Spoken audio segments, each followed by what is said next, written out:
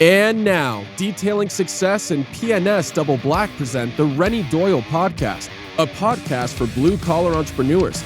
Hosted by the detailer of Air Force One and founder of both Detailing Success and the Detail Mafia, Renny Doyle. What's up, man? How y'all doing? There he is, running for the camera. Yeah, I had to come back. I decided to print out my notes instead of just reading it off the screen. So, Mike, Chris, how's it going?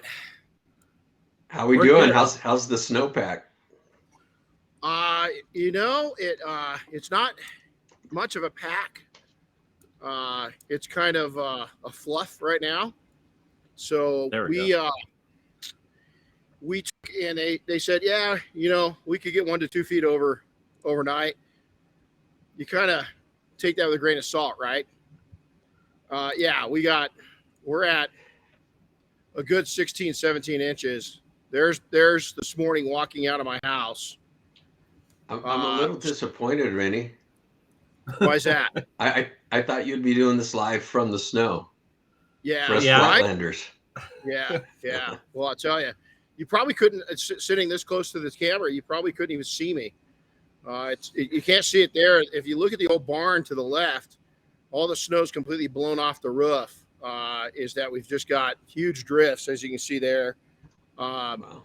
But we're probably going to end up by the end of today, depending on where you're at in Big Bear, anywhere from 5 to 7 feet in the last 7 days. Unreal.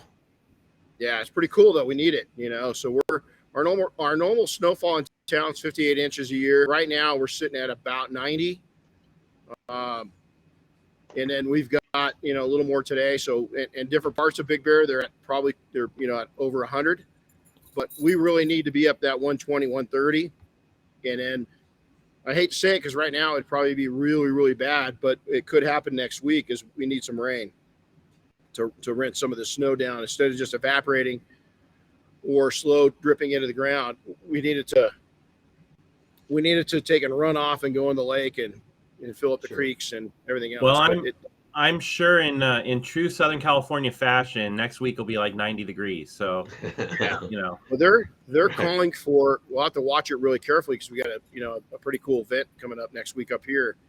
But they're calling for a little bit of a reprieve on this for the next on cool and breezy tomorrow, and then warmer on Friday, Saturday. But then it starts clouding back up, and they're saying we could get a more tropical storm coming in by early week next week, which could bring rain. So we'll see. I'm digging it. Yep. Now, we didn't put out to the world. We went without, right when the big storms hit a week ago, our heater went out in our house. Oh. And we just, our wood stove proved to be legit. And we just fired up the wood stove. We actually had to tame it down a little bit at night. It got cool in the bedrooms, but we were actually like at one day where I was like 79 degrees inside the living room. I was like, okay, I gotta mellow this out. It's getting hot. It's tropical. Well, so my mother-in-law was without power for a while, and they got that restored finally yesterday. It took a little. We're not sure if it was fibbing or truth, but my mother-in-law called them and told them that she could see sparks up on the pole. And so the DWP told her, okay, call the fire department. And so she called the fire department, and the fire department just called the DWP, and that's who showed up to fix it. So, unnecessary phone calls. Yeah. Wow. So, Michael, how are you, bud? I'm good. It's been an interesting season of life, but yeah, I'm coming out on the other side of it feeling good. How are you? As we talked about, Michael and I have these great luncheons at this restaurant that's been around since do you know when Mexico Cafe was open? Goodness, I don't. I know that I've been going there for over 30 years. Yeah, I think we were little kids, maybe even before our time. But we both have gone through the last year for me, more currently for you, some life challenges, and we're going to talk about relationship factors and even how those play into that factor, and us even debriefing each other. So. That's right. What's funny is we're all in Southern California and people are going, you know what? So what? They got snow, they got rain.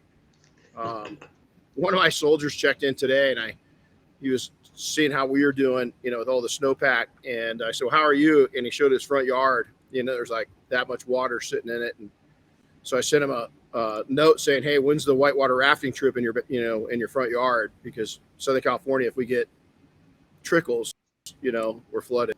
So right. How you guys get some rain down there last night? Yeah, we did. We got some rain.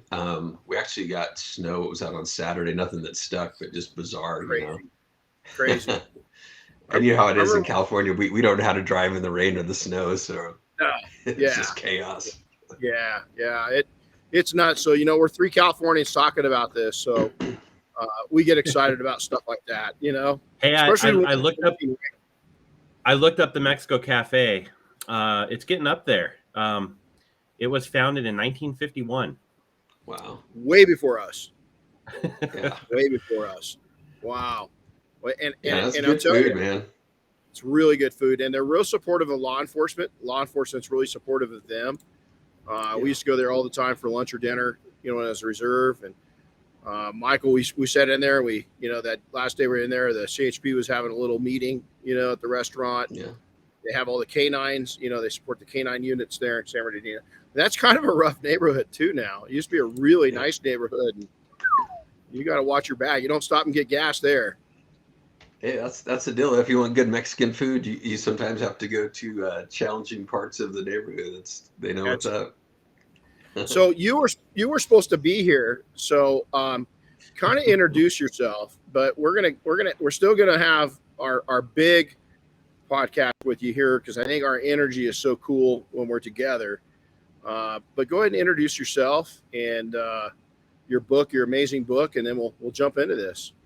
Sure. So my name is Michael Barnett, and I came out of kind of the brand and the marketing world and discovered really a white space in the customer service world where you could have some great marketing campaigns, but often things would fall apart at the customer service level. And so really found myself transitioning into that space and identifying 6 commonalities that businesses that deliver exceptional customer service, the Nordstroms, the Ritz-Carlton, Disney, so on and so forth, 6 commonalities that they have. And I call that process, if you do all 6 of those together, customer relationship imprinting. And so I have a book by that name, Customer Relationship Imprinting. It's there you go. There it is. Yeah. It's the 6 elements to ensure exceptional service without exception. And so I really try to help businesses move from acceptable customer service to exceptional customer service. And purposely, the title, the word relationship is in there because relationship is so crucial to our customers. It's not just a transactional business, or if it is, you're not achieving this customer relationship imprinting. So in a nutshell, that's what I do, try to help companies speak to different organizations, and spoke at SEMA with you guys this year, and that was a blast. And then, just try to do some consulting and help businesses really move their service in the right direction. So that's me in a nutshell. That's awesome. So I'm going to go back. Let's go way back for a lot of you. It doesn't seem that far back for Michael and I, but we met in high school. I kind of felt bad for some of the kids that came. We called it the terrace, Grand Terrace, because you guys had kind of stuck all together, and then they bust you into this school down at Colton.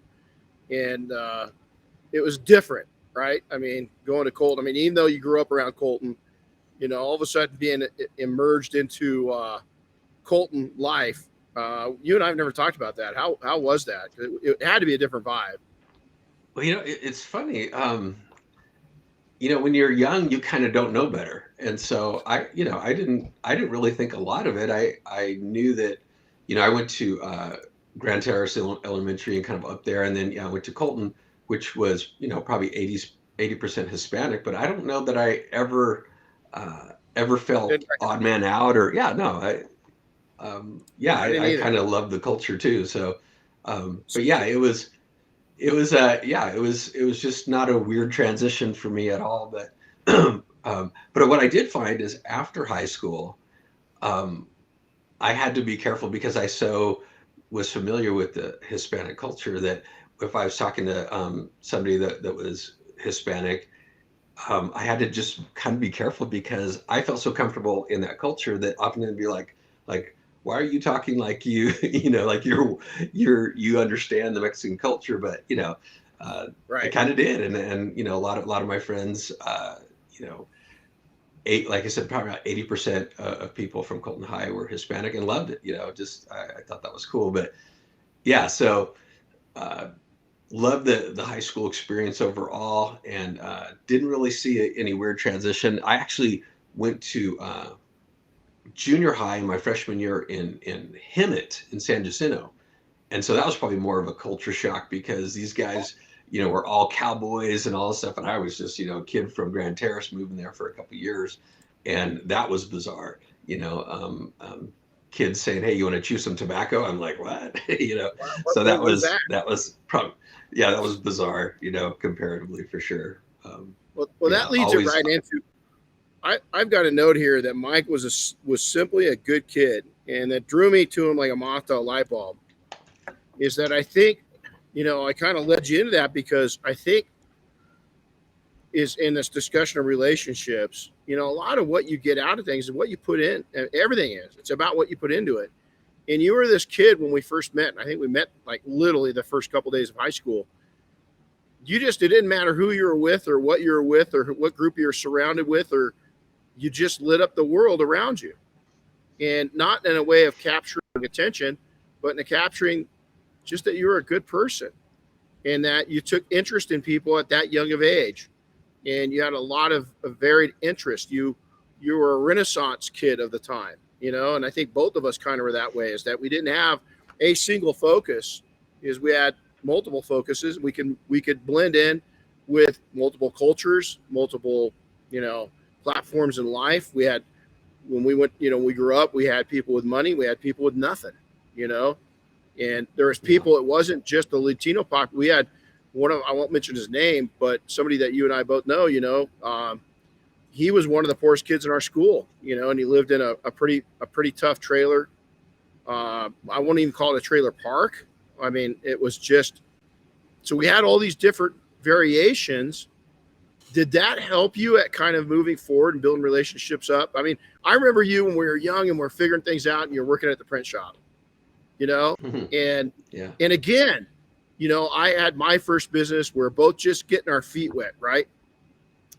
And I came in to get some stuff, printed, and you worked with me and your team worked with me. Does that, how much of that plays into you just being like 360? Is that natural or is that something that you worked on from a young age?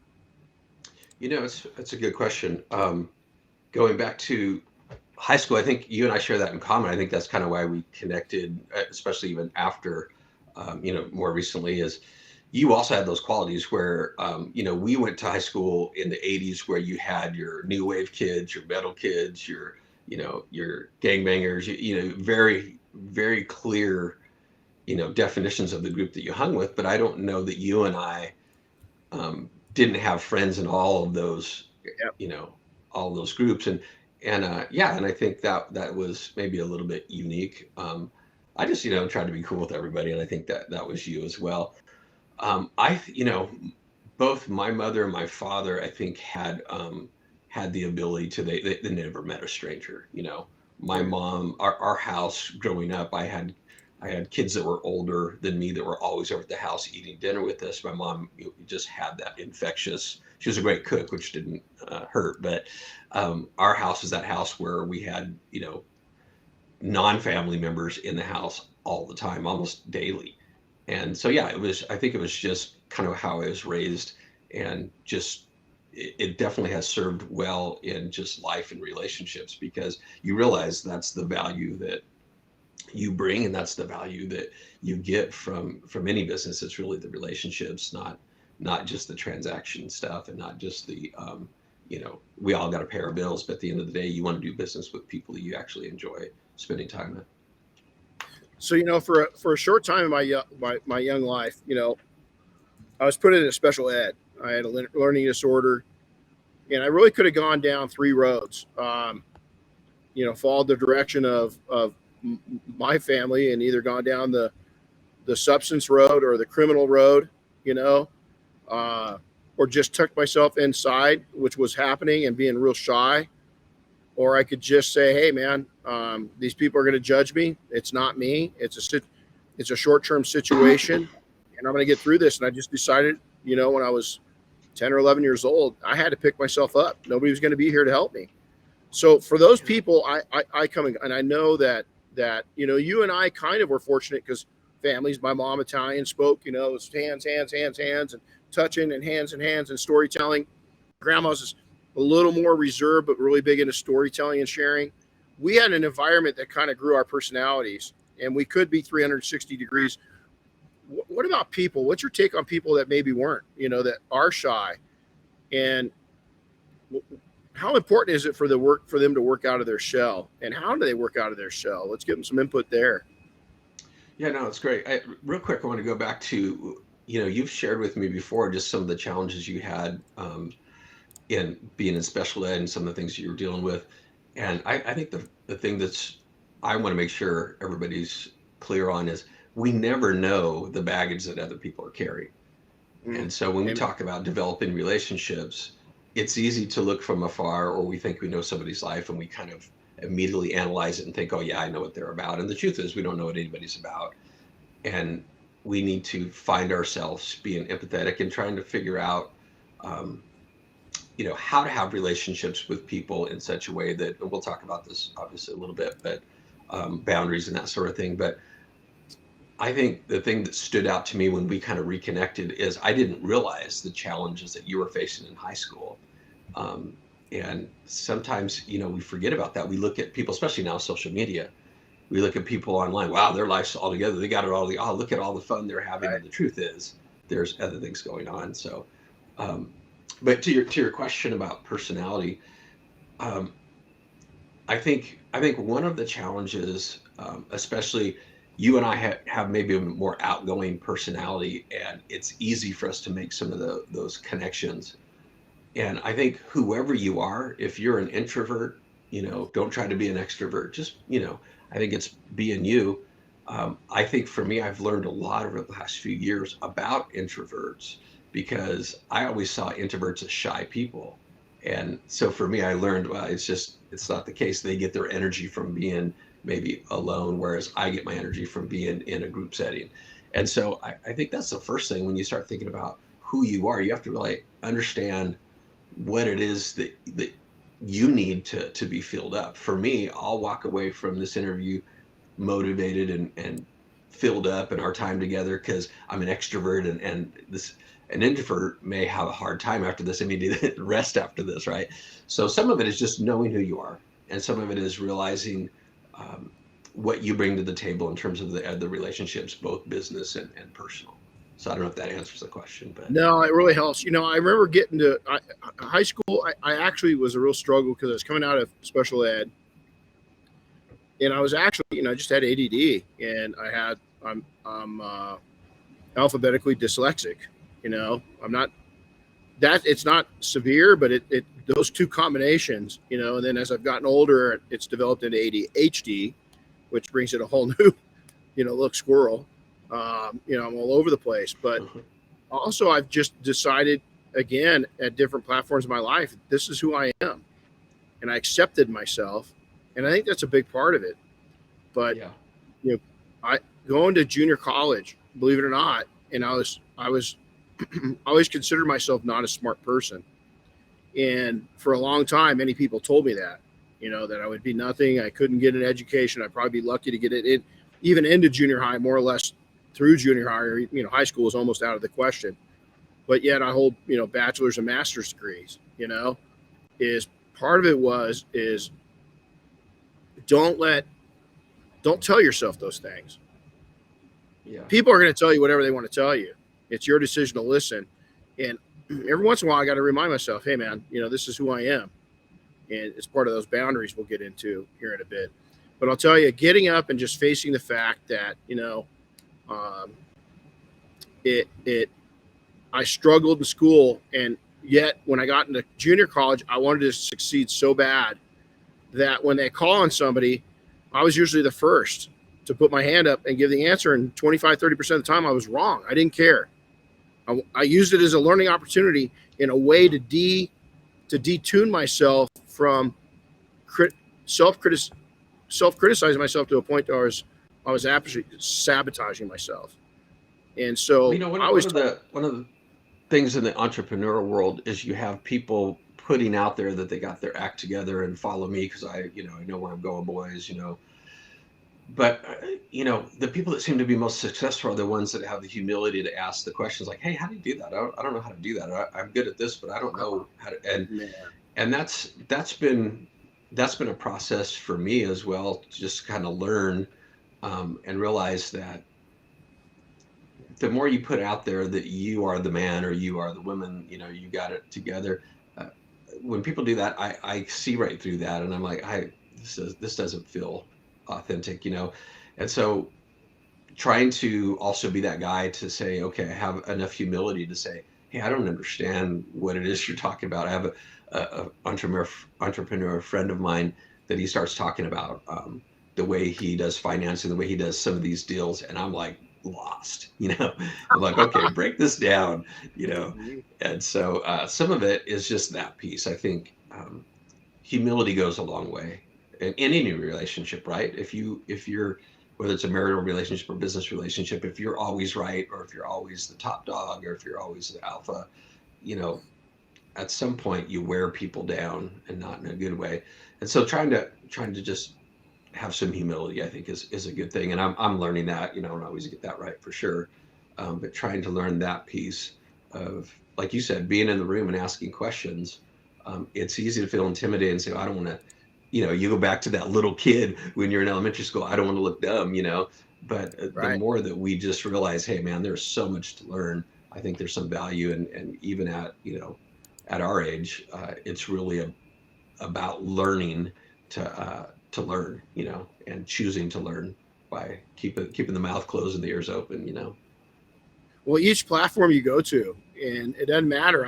I've met entrepreneurs, some of the people that I admire the most, a lot of them are past, they're gone, they're the library they that they built, through their lives is onto some amazing things, in the spiritual world.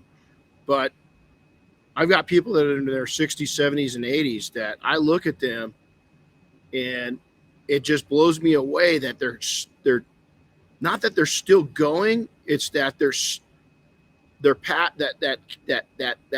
that passion candle is brighter than it ever has been. And I think, and then you look at some people that are in their 30s, there is no passion candle. There is no glow. It's almost like Don't you think some of it is within the bubble of being a business owner or being an entrepreneur? There has been some of the stuff out there that if you're just the guy posting everything, and if you're just the guy that is, got your financial goals, you want to make $1 million this year, doing this, that, and the other. We see some of the models out there, so we think, oh yeah, I'm going to get rich. It's the money piece, right? But the people that seem to be the happiest, it says, I've heard the saying that the good life is built with good relationships. And the people that that you're describing, have that passion candle that's still burning, I suspect that they have the healthier relationships, because they've realized at some point that you cannot trade dollars for relationships. And there's a lot of people that are financially rich but relationally poor. And so one of my favorite movies is It's a Wonderful Life, and I think that's such a great microcosm when you look at the character Mr. Potter. He was financially rich, he owned everything in town, but he was miserable. And George Bailey, right, he was didn't have any money, but he was relationally rich. And so I think entrepreneurs in general would do well to understand that the real value and the real richness of business life is in this. It's in the relationship, because when the podcast is over, you and I are still going to have a relationship. We're not just doing business together to, further my company or your company. And I think the more we understand and really develop that piece, I think the better business will be in general. But I know for me, the more I invest in relationships, but really the happier I am, and not so much focused on, I got to hit these financial goals. Not that we shouldn't have them, but that relational piece I think is so critical. So, Michael, and a lot of people will come back and say, you know what, though, I'm in the service business, or I own a hospice care company, or, whatever it is really what's relationships going to do for me in my industry. Does it even matter what industry you're in? I'm going to give you something from, a big part of my life has been dealing with search and rescue. Unfortunately, we've dealt with a lot of we've interactions with the morgue. I've seen really, most morgue technicians are fabulous because they realize that the people coming in to their environment, it's one, if not the worst day of their lives. And yet you see these people, it's been I can't think of a bad experience. Here's somebody that's dealing with, most of us don't want to ever do that, yet their relationship skills were pretty spot on. Even my own mom, we had to deal with that. It hit pretty close to home for me, all these years of dealing with other people, and morgues and death and everything else. And it got to me, firsthand. And the most gentle young man, and you could see he understood emotions, and he knew I didn't want to take and let anybody get near my mom. And he walked me through that process being half my age. I don't think it matters what industry you're in. I don't think you can hide behind a phone or a keyboard. Can you? Well, you bring up a good question. You really have two mindsets. I think there's people that use relationships to advance their business, or use relationships to get ahead in some way, and they're already off the path. I think as you invest in relationships for relationships' sake, it's always interesting how business works itself out. And so, I would caution people if they're thinking, oh yeah, here's how I can use relationship in my business. They may already, be asking the wrong questions. I think, a book that I read several years ago, and Bob Berg wrote a book called The Go-Giver. And I would recommend anybody, as we're talking about this, that book is stellar, because it's really what we're talking about. It's understanding it's not about being a go-getter. It's about being a go-giver and investing in other people. And so, it's a fictional story, but it really, for anybody in business or anybody trying to develop relationships for relationships' sake, it's a great book. But yeah, I think relationships, I've said this for years, it's all about relationships, because regardless if you're working at a morgue, if you're working at Del Taco, if you're a media mogul, it is really about the proximity you have with the people you're interacting with. I mean, how many times have we heard, oh yeah, I met so-and-so. Oh yeah, he's kind of a jerk. Oh man, you meet your hero and you're disappointed and that sort of thing. It's because you feel like you have some sort of relationship with them. And then when you meet him, it's not what you had hoped it would be. But the opposite is true as well. Like we can dive deep into relationship. And on the customer side, I found the people that are the most successful are those that have, the marathon outlook, or really the giving outlook that, hey, I'm just here to give, because you and I have walked people to the end of their life. I was a youth pastor for years, and I've sat by somebody's bed of all ages and watched them pass, and there is not a single person that has said, man, I wish I just made a few more dollars, or I wish I had gone on a few more vacations. No, it was all about who would I love, who loved me, and what I did for the Lord. It was really those three things. And so as we think about this in context of business, it really, the world is filled with lonely entrepreneurs that think they're doing it all for the hustle. and they're working 24/7. That's not healthy. We weren't built to do that. We were built to be in relationship with one another, and the value of relationship is beyond anything else that we have. And so I was excited about kind of talking about this because I believe so strongly that it's really this interaction, this relational interaction that separates certain business leaders from others. It's not, they have a better product or something, they have a better deal, or their marketing's better. All those things are fine, but it's really the relationship. Especially as I get older, I want to do business with people that I want to do business with, not because I need to make a few dollars. You got to look at, real quick, Chris, just to add to that, you got to look at that too, is a lot of people miss that. What's the age of their people that they're servicing?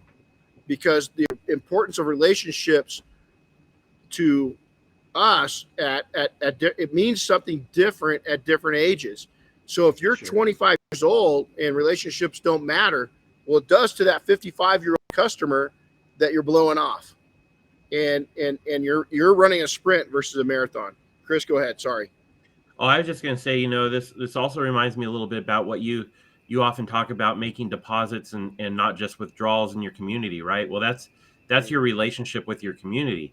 But the same advice goes for your relationships with people, right? If you're in that relationship just so you can get a little something out of it, that's not really a real relationship, right? And you need to give as well as receive to kind of complete that whole circle, I think. Amen. Amen. Yeah. So, Michael, I think the key to this is that we had a great young man here in training just a couple weeks ago, and I was telling him the difference between him and I is, he's in his early 20s, is that he hasn't been older and gone through the greatness and hardships of life, because there are both. Anybody that tells you it's just great, well, wow, maybe there's 1%, I don't know, but hadn't been in our lives, right? None of our lives. All of us that are on the screen right now have had hardships and struggles. But I told him, I said, the one thing that you haven't experienced yet is what I have experienced. And not that it makes me better, it just makes me wiser. I've been young before and know the mistakes that have been, that are easy to make. You haven't made it to the summit yet. Let me show you the easier route. Is that, man, I knocked every rock down on my head on the way up that you can imagine. And that was having amazing mentors, So Renny, what would you say would be like maybe a couple things, 2 or 3 things that you would tell somebody about relationships to find that quicker route to the summit? What are a couple things that you would recommend? You hit on, want to be sincere. Be sincere with it, meaning that don't just take withdrawals, put deposits back into those relationships. As I'm sitting here, one of my mentors is calling probably to check on us, see how it is. How cool is that? This guy's giving, but he knows I care about him. We check on each other, right? And so I think 3 things is, I think be sincere, it goes both ways. Number 2, don't ever sell anything that you don't believe in. I've had to do that to pay the bills sometimes, and I can go back, and it wasn't not a big deal, but there's no passion behind it. Yeah, there was just, and I wouldn't buy it. And so if I won't buy it, why are you selling it, type thing. That's just me. And then lastly, this is going to sound weird. Be your own friend. Be a friend to yourself, because if you can't get in and know yourself, and if you can't like yourself, and if you can't, I don't know how everybody feels. I think there's polar opposites on this. I'm ultra critical of myself. I'm ultra demanding on myself. That's tough. And so you've got to know when to be a good friend to yourself and pull yourself off yourself. When to know to, hey, stop. One of my good friends saw me speak to Diane, my wife, one time at SEMA. I didn't scream at her or anything else, but he didn't like the tone I used. Jim Gogan didn't like the tone I used with my wife. Man, he got in my face, and he had no problem sharing with me that he didn't like the tone. That needs to help with yourself. And so I think being a friend of yourself, a good friend of yourself, and what do we do as friends? We protect them. And a lot of people don't protect themselves. They abuse themselves. Well, it's funny, Renny, the thing about relationships is, I mean, it's this interaction that we have. People that isolate themselves from any relationships aren't able to get the feedback loop that they need, really. We've talked a little bit offline. Oftentimes one of the things I struggle with, I'm too trusting. I kind of, go down the road with somebody maybe for too long. And, I think it's easy to also forget that relationships change. And sometimes you have this time where you're building trust with somebody and they're building trust with you, but they have other times that maybe their priorities are different and yours are too. And being flexible with the change of that relationship, I think those are important things. The other thing, you said something earlier that made me think, I've always said that whatever you do, you should do it somewhere for free. And so as a musician, I would play places for free, even though there's places I play to get paid. And we should offer our services, in the detailing world. Maybe it's offering that single mom to take care of her car once every couple months, or we should all have places because we were built to serve and we were built for relationship. And if our only interactions with people are based around them paying us or us paying them, it's all transactional. And so we really need to find places and find opportunities where we're doing whatever we do for free somewhere and offering it as, a gift that we give people. So I think those are, even in relationships, when we're, being married, you try to do things for your spouse, not because you're going to try to get something out of it, but because you just want to do something for them because you care and, you want to serve them. So I think that word serve, it just keeps coming up when it talks about relationships, because anybody walking into a relationship, whether it's interpersonal or business, trying to think, what can I get out of this? They're already sunk, right? And so if we can walk in, what can I give? How can I provide value? Before our talk today, I wrote down some notes of what I can do to provide value, not, what can I get out of this? And I think it's just the mindset we have to have when we are working with people, right? And those, I remember going back to, you're getting all this worldly knowledge, in the print industry, right? And we did business with your business. Here I am. We've got a window covering and window tinting company at that time. Man, we're both in our we're both in our early 20s, right? We're making it. I mean, we're making it happen, but man, we're spinning our wheels. There's a lot of smoke coming off those wheels, right? But every time I'd come in, you'd grow. And I don't mean as a business, I mean as your skill set, your communications. And then, we got busy raising kids and everything else. And then social media pops up and bam, we start becoming close again. I like to hear your three things. What are three things? You just asked me that question. So if you had to lay down, three things that are important to you in that relationship, we're going to get into relationship Velcro. I just love that freaking term. Here in a second. What is that? What is that? I think definitely at the top of that list is always choose relationships over the business. Because business will come and go, but if you're burning bridges and burning people, at some point you run out of relationships. And so for me, the first one would be make sure that you choose relationships above other things. And sometimes that's hard to do because you're put in positions where you can choose to keep the relationship, but it's going to have a negative impact on the business, or you can choose to, kind of, push back on a relationship so you can get better business. And so I think that's one of them. I think we have to be relational centric, if you will. I think another, cliff notes that I'd give to somebody that thinking about, okay, what does a relationship look like? I think find places where the giving of your relationship is also appreciated. Oftentimes we try to have relationships with other businesses that they're more interested in the business than in the relationship, or there's not a match. And so find places where you fit. It's easy to try to push who you are on certain types of people. And again, it's going back to what you said, kind of knowing yourself and knowing what works. And then thirdly, I would say, never stop trying to learn about yourself and the people around you. Whether it's you're looking at Enneagrams or Myers-Briggs test or whatever it is, just try to understand people, because oftentimes we don't know, A, what people are dealing with, B, what their past has been, C, what their emotional makeup is. And it's easy to be dismissive of, oh, that person, they're really short. They're really, gruff. Well, if you knew the life they had, or you knew some of the details that they were dealing with, it might change your perspective. So those would be at least three things for me that I dig it.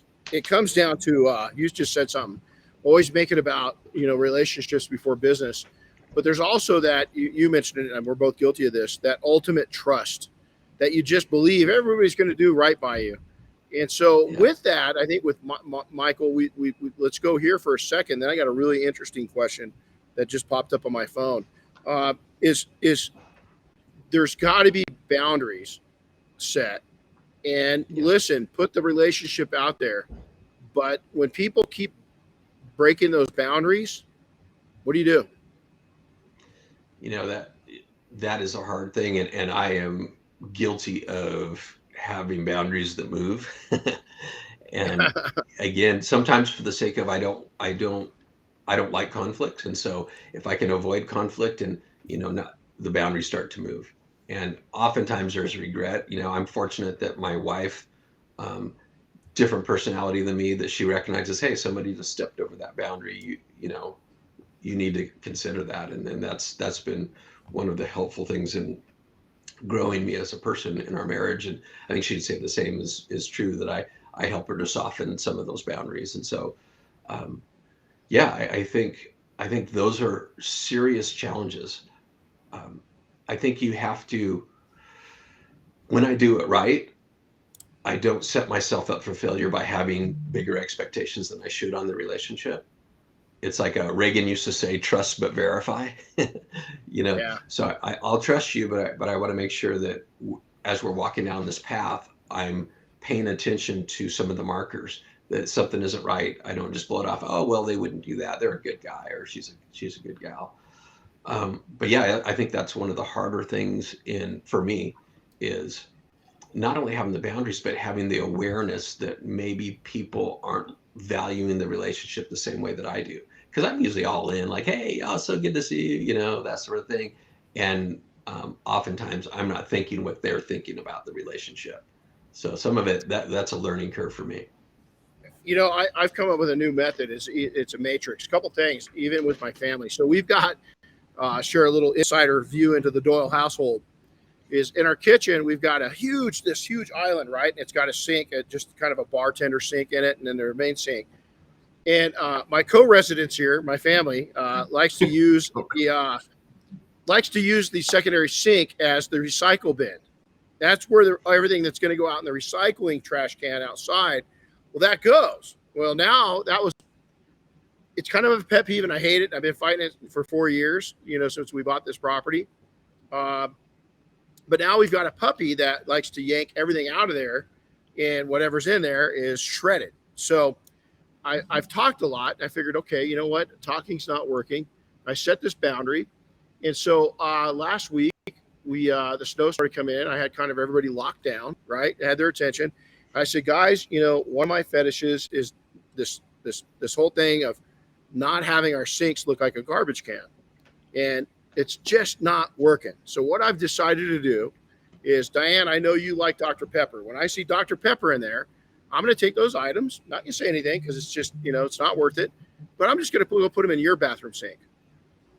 And Darren, when I see your recycle stuff in there, I'm just going to take it. I'm going to divide and conquer. Because we're all going to be happy, because you guys like to put recyclables into sinks, and I like a clean sink. So guess what? I'm going to clean up after you. There hasn't been one thing put in that sink. I finally, 4 years, I figured it out. And you know what? It wasn't arguing. It wasn't everything else. I figured an action that would finally work.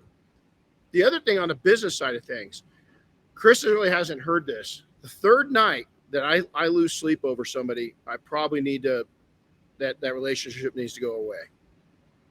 If I'm losing sleep over you, we don't have a good business relationship. Now, if I did something to you, good thing. But if we keep, and boy, that's so suggestive today. I mean, there's just, the blame game, lack of ownership. Ownership it's a big hot topic that people love to talk about, but they sure don't like to perform it. It should be extreme blame ownership, or extreme blame skills, because some people are really good at it, right? But I've just decided, hey, you know what? At this person at the third night of lost sleep or no sleep, I've got to rethink our relationship. And probably at that point, talking about it's not going to work. We all have to have, to your point, we have to have those barometers that tell us when we need to really evaluate. And it sounds like you've found one in that. Yeah, it's challenging as you get into this idea of trying to salvage a relationship or trying to build a relationship when there's been issues, right? And so you have different personalities. Some people say, okay, you burn me, I'm out. You have other people that put up with too much, and it's finding that balance, because relationships also aren't perfect. And you have to, the most unsexy but best description of marriage I ever heard is it's daily forgiving each other. Well, it doesn't sound very exciting, but it's also very true. My wife, because of our relationship, forgives me on a regular basis, and I do the same. And so it is that challenge. Again, it goes back to that relationship. If we're building relationships, I had somebody I was working with, kind of a high profile person. If I told you their last name, you would know who it is. On the business scale, they're written best-selling books, that sort of thing. Oh, and I was doing work. Yeah, I'm a fanboy. I was doing work. I won't say the name. Yeah, I was doing work for them, and we came at an impasse where they didn't like what I was, the final product that I was giving them. And I was like, this is really, I'm giving you everything you asked for and more. But what happened was we both walked away from that saying, you know what, it just didn't work out. We figured out financially what that looked like for both of us. And it worked out because I valued the relationship more than I valued, the money that was being earned or whatever. And they also saw that we can work this through, and we did. And I think those are important things that, especially a personality like mine, that I just don't want to have any problems. I don't want to deal with it. It was good for me to walk through that path of saying, okay, what do we need to do to deal with the issue? And I think we need to keep the issues separate from the relationship. It isn't always about bailing on the relationship because there was an issue. If we did that, how many relationships will we have, right? But it's understanding what is that tipping point. Years ago, I was in business with a gentleman, and his grandfather owned California driving school. So he came up that second steering wheel, remember, in driver's ed. He actually invented that. He taught Michael Jackson how to drive, and so he's a very wealthy guy. So the guy that I was in business with, that was his grandfather. He went to his grandfather and said, hey, I'm going into business with this guy. Give me some advice. And great advice. He said, everything will probably turn out well, but you need to plan on the front end like it won't. And I think just having those expectations was great. We were able to kind of get to the table before there were any issues and say, okay, what do we want to do? And we did business together for a while, and then we stopped, but we still have a relationship. And we stopped just because the business didn't make sense for either one of us. We were just doing other things. There was no great fallout. But I think those are good opportunities for us to learn from when we say, okay, what, like you said, with your family, they already know the expectations. They put something in the sink. I had a friend of mine that on his 30-year wedding anniversary, he walked his wife to the bathroom. He said, for 30 years, we've been having the toilet paper hang over. He turned it around. He goes, all right, now we're doing it my way. And so we all have our things that we do. Yeah, we have all our things that we do. But I think it's important that we fight for the relationship part of it, even if we're not going to have much of a relationship with them. But we value that. I think that's how we value the relationships. That's how we put up the boundaries. We let people know on the front end, hey, look, if you lie to me, I'm out. If if you embarrass me in front of a client, like we're done, or whatever your boundaries are.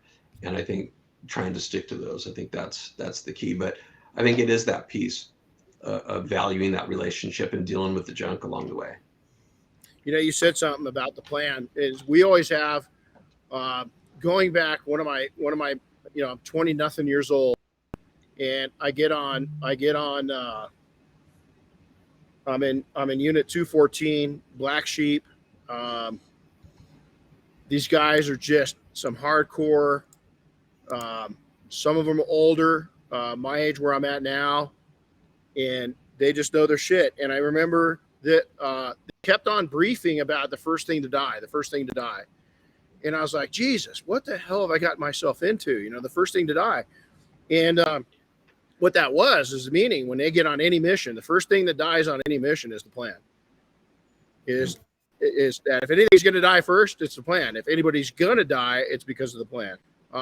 And so Semper Gumby, is just stay flexible. It's the same thing in relationships, man, right? You're long time married. Chris is long time married. We if you're not giving 200% in a marriage, there's times Diane can only give me 100%. It's times that I can only give her 50. It's okay because her 200% is going to cover. My 200% is going to cover. It's not a 50-50 thing, and business is the same way. Your business clients are the same way. There were clients. I did not work Sundays. Just didn't. Rarely. But there was clients, and I didn't work holidays. But a very famous guy I'm heartbroken about right now, what's going on with him, is Bruce Willis. We became, we became friendly. He had my number. I had his. Saw him at, father-daughter dances, came up with the, when he was a prime movie star is when I knew him, when I was tight and doing business with him and a friendship. Right. It was so, he would call, he was one of the guys because he always took care of our guys. And I remember one 4th of July, he called and needed something done. Ashton Kutcher, matter of fact, him and Demi were divorced. Ashton Kutcher's dog had shit all over his airplane. And Bruce has to go down to LA the next day to pick up some guests to bring him back up to Idaho. And, I made it happen because it was a relationship. There was other, my mentor now, Vince, he just called. When he called on a Sunday, I knew he wasn't going to waste my time. He wasn't demanding something. He was requesting. This was an SOS call. Does that make sense? Yeah. I knew who the SOS calls were, and I knew who would put deposits into me for me putting deposits into them. I knew who was just going to take and take and take and take. And, I kept his customers because their money was the same, but we didn't let them abuse us. That was our bad if they did it. We set that boundary. Don't you think one of the most telling things is when your phone rings, and if it's a Sunday or you're busy and you see the name on it, and whatever that feeling comes to, like, oh, it's so-and-so. Like, Renny calls, I'm going to pick up that call. But, this other person calls, like, man, I know they just want me to do X, Yep. And I think that's a great sign. I had my phone ringing the other day, and I hadn't heard from this person in a long time. And I was happy to pick up the phone call because they're a depositor, not just a withdrawer, in the relationship. And, we talked a little bit offline about investing in deeper relationships is the hardest thing to do because you got to be vulnerable, but it's the most rewarding thing you can do because of what we're talking about. When, one of the gifts of COVID is people started realizing, hey, it's not about the job I'm working. It's not about the money I'm making. They got to spend, a lot of people, got to be quarantined with their families and realize, wow, I've been missing out. And they realized what the relationships were, what were valuable. And I think as we move forward in business, whatever type of business you do, it's keeping that mentality of how can we deepen these roots of the relationship, not for business sake, but just for human sake and for serving one another's sake. And then it is amazing how business gets built upon that very easily. It's a solid foundation to build. Wow, that's deep. We're going to go long, and I don't care if you don't care. Can you keep going? Because I got a couple more questions. During COVID, I realized a couple things, and I had somebody I do business with accuse me of this just probably about 6 months ago. Is is, you're isolated up in Big Bear. And my comeback, even realizing when you just said that now, I never had a comeback to that person. I don't really need to. I don't really care. I mean, I care about the person deeply. But what they don't get is COVID taught me something. I'm where I want to be. I love the mountains. And here everybody's like bitching about all the snow and stuff. I woke up this morning, saw these drifts, and I go, cool. And Diane goes, what the hell? I mean, what's wrong with you? And I was like, God, this is never leave the mountains. I mean, you're like a kid on Christmas morning. Yeah. I mean, because this is like it was in Idaho. I'm where I want to be. And COVID proved that, is that I worked my booty off. I grew up in not the greatest situations all the way back. And you've never heard I don't even know Chris did. We had Colton Junior High. Do you know where Colton Junior High is? Oh, yeah. In Colton. So I grew up you could walk out my front door and see the field for Colton Junior High. Well, I had an old pair of World War II binoculars that my grandpa had used in World War II. And I would scan the mountains. And slowly, one of my neighbors was a World War II vet. He saw that I just had this fascination with maps and compasses and the binoculars. So he gave me a map, several maps of the San Bernardino Mountains. And slowly, he showed me how to identify key markers on the map, hills, fingers, coming down, all these different topics. And within a year from there, I could tell you exactly where each city on the mountains was located behind that. And I could tell you where every peak was in all the big Strawberry Peak, the radio tower, the big comms center, right in the middle of the San Bernardino Mountains. I learned all about that. We ended up hiking up there as kids. I mean, what the hell? It took us like 3 days. Our parents didn't even know where. I don't think our parents cared because it's just a different time, right? All right. My point to this is that I worked from the time I was 6 or 7 years old to be where I'm at. COVID taught me that I'm blessed. And over the last 3 years, especially the last 2 years, I forgot that. And I became not me. I wasn't a friend to me. I didn't have a strong relationship with me. I put so much effort into other people that I become very self-destructive with myself. Well, don't you think, Renny, some of that is we start drawing, especially in business, we start drawing from an empty well because we still have to do business every day. And so if we're not spiritually centered or relationally centered, or we've got some of those things figured out, we have to keep putting the bucket in the well, unfortunately. And I think it goes back to what you said earlier about knowing yourself well enough to say, okay, I need to take a step back. And you and I both had some of those experiences over the past year of just saying, okay, I need to change because I can't continue down this route mentally the way that I'm working through some of these things. And, it's that high idea. And I find, my relationships suffer when I don't figure out that piece. When I do figure out that piece, and when I'm also investing in me, I find myself reading more. I find myself okay with downtime a little bit more. When I have those pieces, all of a sudden my relationships are a little bit brighter, and I'm able to give more because I'm not drawing from an empty well. I'm overflowing with, I read this today, or I experienced this. And so I think it's easy to get in the doldrums as a business owner, as an entrepreneur, because we're just doing the grind. And the grind is that it will grind us down to nothing if we're not taking a step back and drawing from, a well of information, a spiritual well, a well of deep relationships. I have a family member that I go deep sea fishing with, who do tournaments, marlin tournaments. And so many of the people, and these, most of the people that are at these tournaments are very wealthy people. Most of these people are, in my view, when I talk to them, they're making great money, but they're not as happy as you would think, because that they have really invested in the business and not in the relationships. And so it's easy to do. We all can do it. It has nothing really to do with money. It has to do with the mindset. And so if our mindset is to create more of that relational Velcro, which is creating more of those meaningful, interactions with one another, that's the stuff that's valuable. I'm jotting.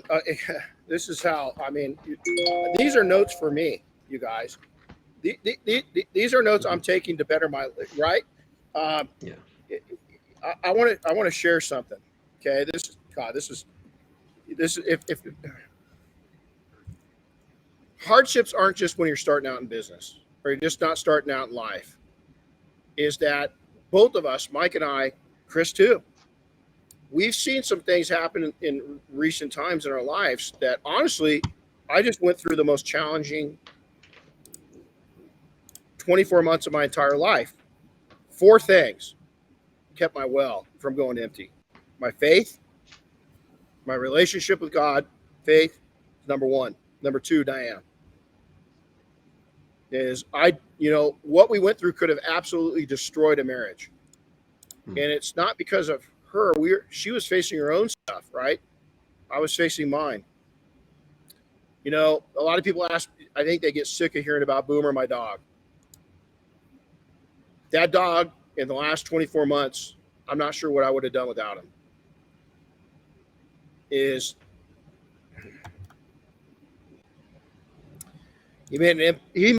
imprinted me when I needed it. And then Chris. 4 things that kept my well from going dry. Because it hadn't been up to me, Mike. And this is the strange thing, is at the tail end of all this, all of a sudden our friendship comes back into boom. We were never like buddies, right? We were never like spend the night at each other's house. I couldn't have anybody spend the night at my house because, it's just not going to happen. When I was growing up, our house was just too challenging. We'll put it that way. But the discussions that we had, Mike, were powerful. It's like this. My point to all this is I'm 56 years old. I've seen other people go through challenges where I've had to tell them that their son or daughter was dead, that their mom or dad was gone, that one lady just lost her whole entire family, was gone. They did it at a much that I can't imagine. I pray to God and I thank God I haven't had to face that kind of challenge, right? But my own challenge, one of the biggest ever, came at 56 years old, 55 and 56 years old. My point to all of this is I've let my well go to the half mark a couple times. It was deep-rooted, invested relationships. Those people, those souls, kept pouring water in my well when it was empty, and I didn't know it was empty. They did. That's well put. I think that is a misnomer that we always have to be the one filling our well. I think what you're saying, I love it.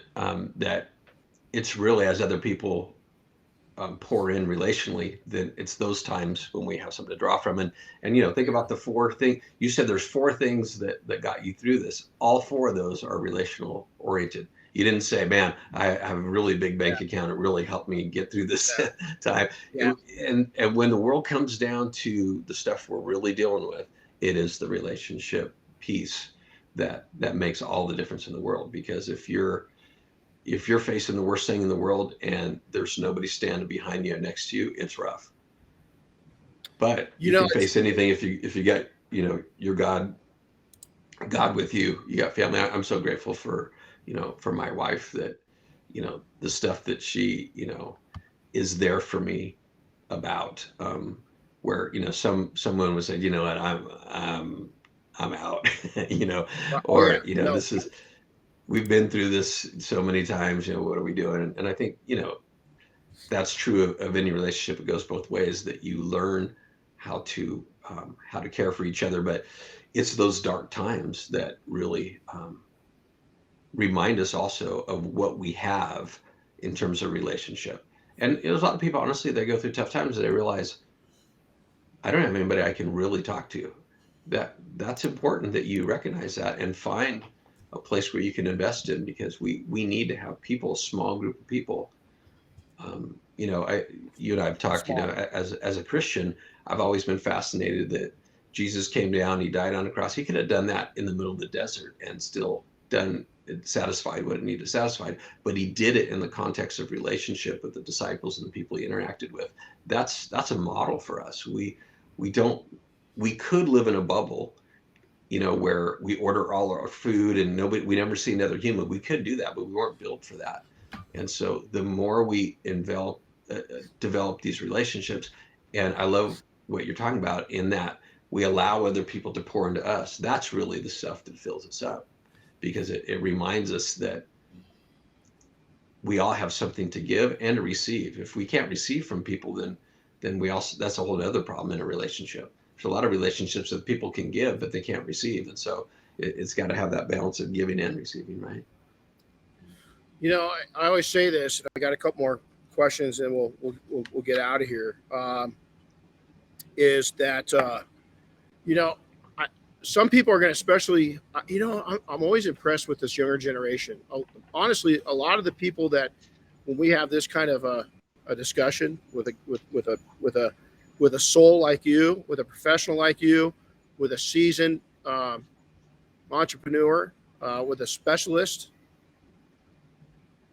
we criticize this younger generation, but yet we get more impact and more input from the younger guys than we do. I think there's a lot of people that are in they're middle-aged in entrepreneurship that are still thinking they're bulletproof. And what they're going to find out is that even though you've got that bulletproof vest on, you take one hit, it hurts. You take multiple hits, I'm not sure you're going to come back from that. It could, the bullet didn't kill you, but the impacts could. You and I are from a generation that you grin and bear it and you get it done. The younger generation isn't that way, but the value that they bring is they also seem to recognize the value of relationship more than making a dollar. And there's a balance in all of that. But, a lot of the, 20 somethings and under get a lot of heat for, being snowflakes and, they don't want to work and all those different things. And, you can make a case for some of that, but also when you get under the hood of some of that, what they want to develop the relationships that they do have rather than just make a living like their parents did. And so, there's things that we can learn from every generation. I think that's something that we can learn from the younger generation, is that to value the relationship beyond the paycheck. And even in the stuff, that I talk about on the customer service side, a lot of the businesses that I deal with is they struggle with this because they have employees that are asking to make more money, but what they're really wanting is they want to work for a company that has a mission mindset. They want to know that they're working for somebody that is doing something for others. I've done some work with Harley Davidson, and a lot of their employees, maybe they don't get paid at the store levels a ton of money, but a lot of people don't know this. Harley Davidson, they send care packages to overseas military, just free care, headbands and gloves and everything, and they just do that. And so if you're working at Harley Davidson, part of your mission is that you are caring and doing something for veterans. And so I think that's where things are going with customer service, and that's where things are going with business. People are realizing that I need to have a mission, not just a paycheck. And I think that those are things that we're learning from the younger generation that maybe a few generations before you and I, they had that as well, that value of relationship. That kind of reminds me of, people that are motivated by money versus people that aren't motivated by money. I've always told my wife how I envy her because she's got this career that she can actually see make an impact on people's lives because she's a teacher, and it's one of those things where it's like, she decided at a certain point that she's going down that road because she's not motivated by the money and success. She's motivated by, helping others, achieve their goals essentially, or achieve at least their expectations. So, Chris, and we're kind of in the same position. I honestly could have taken the money that we placed into the training centers. You see what we've got invested here. We talk about that all the time, and a lot of people don't realize it. Our customers are the people that come here and train. Our customers are the people in the mafia. And you know, it's discussions like these across the industry that we make a like impact. You know, as we do make it, it's like Michael in his book, he makes an impact. I am motivated by money, definitely. You know, I like money. I want a little more money. I want to, as I age, I want to make it easier to make that money. But I want to make the people that are doing this along with me. I want to make it easier for them to realize what I've realized, and not make it so hard on their life and the relationships. Isn't that funny?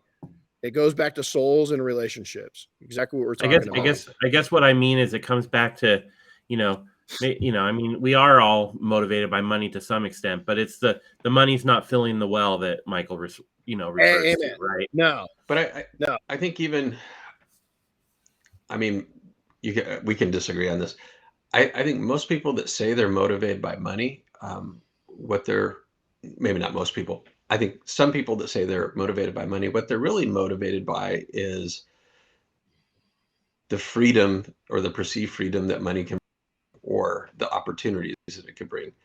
And so when you get under the hood of, they really want to say want more time with their family, or they want to be able to do something for somebody else, and not everybody, of course, but I found the people that maybe have a pure motive when you talk about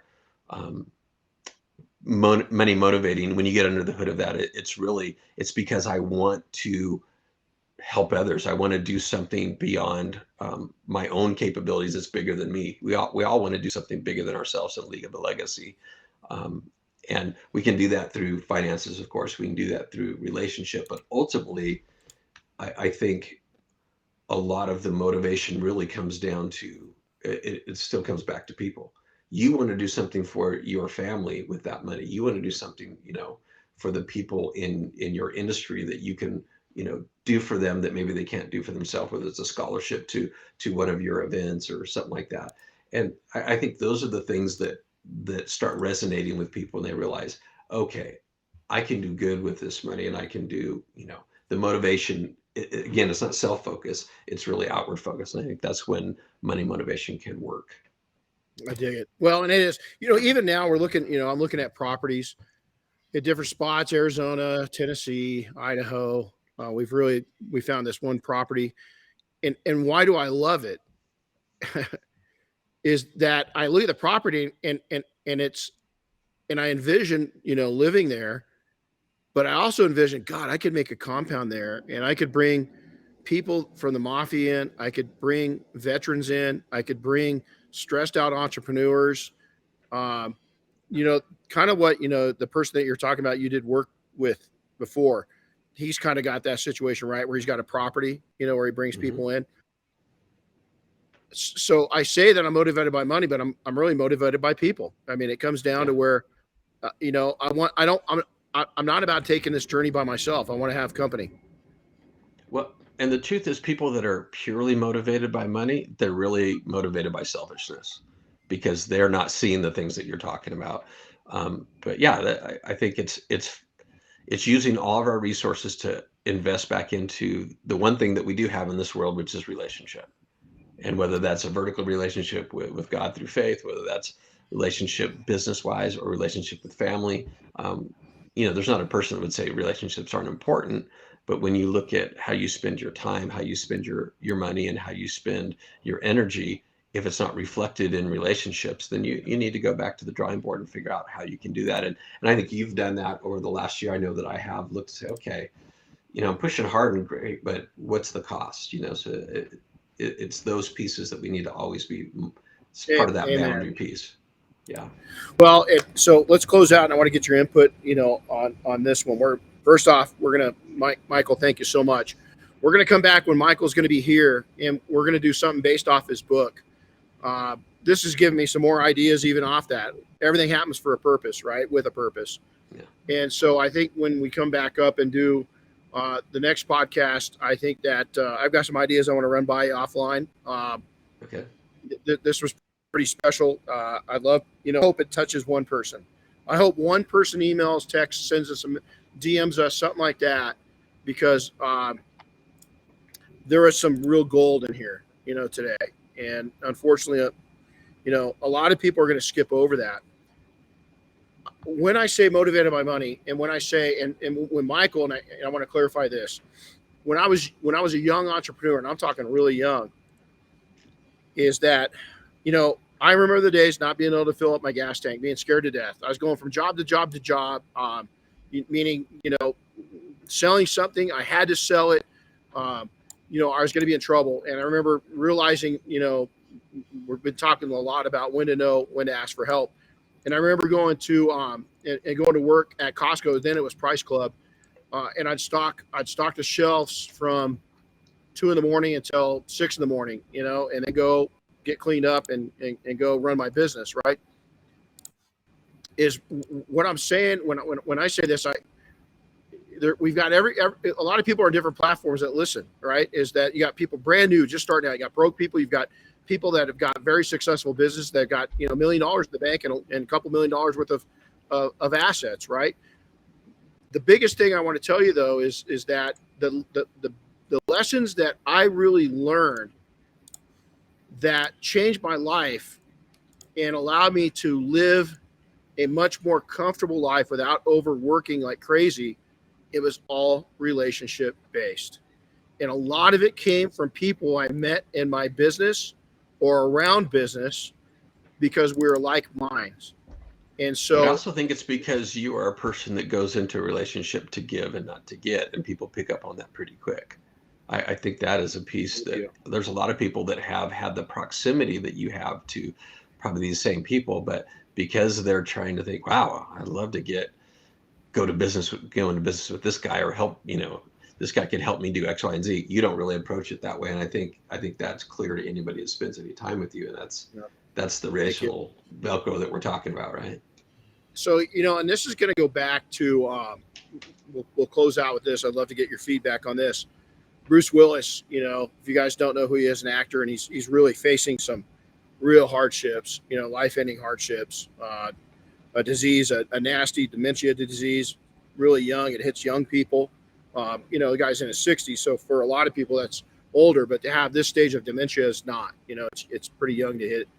He told me one time, I was asking him, and I said, what really broke you out? I mean, was there one moment? And he goes, yeah, when I just started, and I won't repeat it, exactly what he said. You could imagine Bruce Willis talking. And he's like, yeah, when I decided to be the effing me, I didn't, in my acting, yeah, I acted a certain way, but I just decided that you're going to get who I am, and I can turn that, and I can be something different. I can be a doctor at one time and a soldier, and a cop from New York, at another time. But really, what you're seeing is me. I just had to be authentically me because I was not that gifted to where I could be anybody else and pretend. Some people can't. I couldn't. I was just me. Did pretty good with him. And if you're not going to be you, who's going to be you, right? Amen. And people can take, I come from a broken home. Not so. Is that I latched on to people and I saw what was healthy and unhealthy, and we made decisions. You might be coming from a broken business. Not so.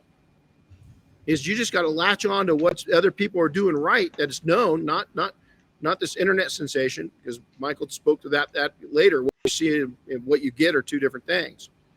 But you can be broken and fixed. You're not broken. You just got a broken piece. Something's broken. There's a piece missing or broken. There's one gear that's just out of whack. Fix the gear and watch what happens. Well, and one of the things that we didn't talk about, but we kind of maybe glazed over a little bit, is the accountability that comes in deeper relationships. Like there's things that, people that are closest to me can tell me that are really hard to hear.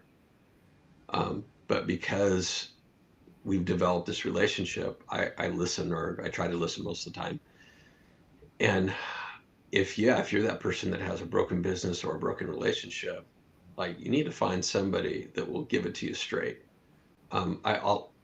have a friend of mine that he had a group of buddies. There's like 5 or 6 of them, and one of the guys left his wife for like the younger model, and all his buddies are like, man, she's it, man, she's gorgeous, and he noticed that my friend wasn't giving him all the attaboys. He says, what's wrong with you? He goes, what are you doing? And he gave him this whole list of why he should work these things out with his wife. He's like, why can't you be happy with me? Everybody else is. He goes, they're not your real friends. I'm your real friend. I'm telling you, this is destroying you and the people in your life. And so I think for me, that's kind of the parting shot is we have to be able to open ourselves up, have the vulnerability to say, hey, where am I missing the mark here? What am I doing that isn't working out? And that's a hard thing to do. But it's one of the more valuable things we can do in a relationship. If it's somebody that we trust, we have to vet people. Obviously, you don't walk on the street corner and ask people these questions, but we all have to have those people that will give it to us straight. Well, I'll tell you, my friends, great chatting with you. Now, how do people find your book? Chris, hold that book up real quick. Mine's down at the other end. Hold the book up real quick. And then Michael, talk about a little bit about the book and where people can find it. And Sure. So it's you can go to Amazon and get it there. You can go to my website, which is Six-Sided Service, SIXSIDED service.com. Either way, you can get a book there. And the thing that I think is maybe most valuable about this book is it is based in relationship, but it's also something that any business can do. There's not any of the practices in here that are only for the big businesses. And you'll see really an exponential change in the way that your employees react as well as your customers react as you do these 6 practices together. And so, yeah, it's an easy read. Try to make it, a lot of customer service books get more technical to where they kind of lose people that are looking to, look at the bottom shelf and get some pieces about customer service maybe they're not familiar with. But yeah, those 6 pieces anybody can do. You can get the book Amazon, Walmart. It's wherever, but my website is sixsidedservice.com. And same thing, I would welcome any questions that people have. Email Michael at sixsidedservice.com. Love to chat with any of your people, and if I can provide any assistance or any help, love to do it. That's awesome. I had the question. Oh, I was going to say, I had the question come up earlier too, if it's on Audible, and I checked, and it sure is.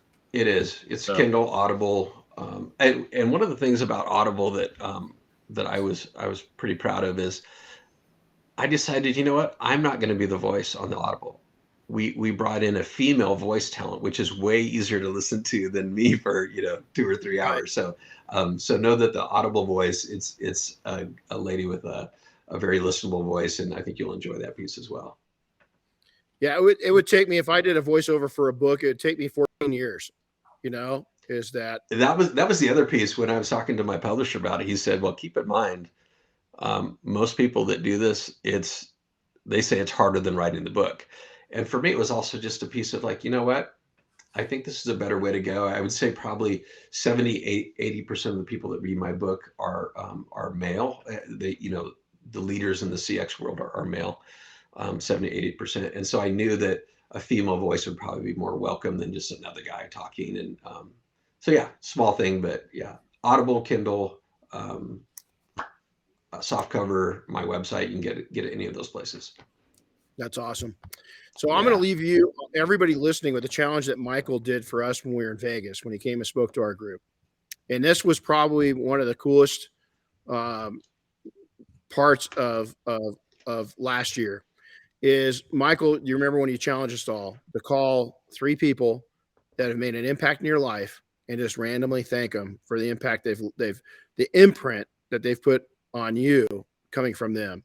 So when you get done today, it's at the end of this, call 3 people that have really made a difference in your life and thank them for that difference. And if you love them, make sure to tell them that you love them. So Michael, thanks. It's always awesome. I'm glad you didn't come up last night, because you probably wouldn't be going home until next week. So well, it worked out. There would be some fun that we would have for sure. But we've got extra shovels. We would have put a shovel in each of your wife in his hands, and you would have dug out. So I could just picture the 2 of you out there making snow angels. Man, I would like to make a snowman so bad. I think I'm going to. The snow's a little wetter, and I think I'm going to make a family of snowmen. So, all right, I just want to. Yeah, I just want to.